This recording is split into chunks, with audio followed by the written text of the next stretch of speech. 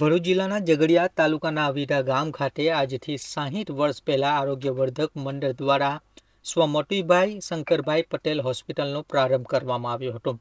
હાલના સમયમાં અકસ્માતોની લઈ અન્ય બીમારીઓમાં પણ વધારો થતાં આરોગ્યવર્ધક મંડળ દ્વારા તેમની હોસ્પિટલમાં વિવિધ અદ્યતન સુવિધાઓ સમયાંતરે ઊભી કરવામાં આવી છે।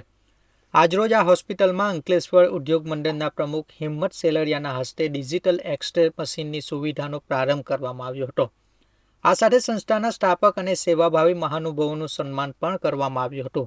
સંસ્થાના 98 વર્ષીય કાંતિ લલ્લુભાઈ પટેલ પણ વડોદરાથી અહીં અવીરા ગામ આવી ખાસ ઉપસ્થિત રહ્યા હતા।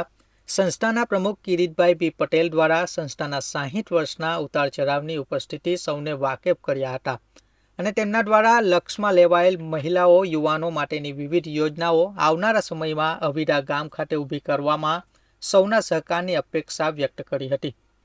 આજે અંકલેશ્વરથી અમે અવીરાના આંગણે એક્સ-રે મશીનના ઉદ્ઘાટન પ્રસંગે આવ્યા અને અવીરા ગામની જે મેં વાત સાંભળી હતી અને જે આ જે ગામની સુખાકારી અને જે આ ગામના ગાયકવાડી શિક્ષણની વિશેની આજની જે આ વડીલો પાસેથી સાંભળેલી મેં વાત મને બહુ જ ગમી છે।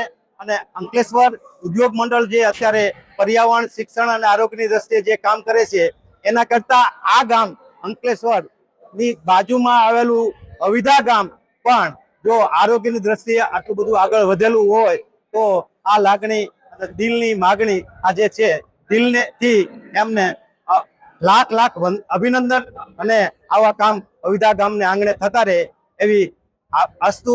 આભાર। જય ભારત, જય હિન્દ।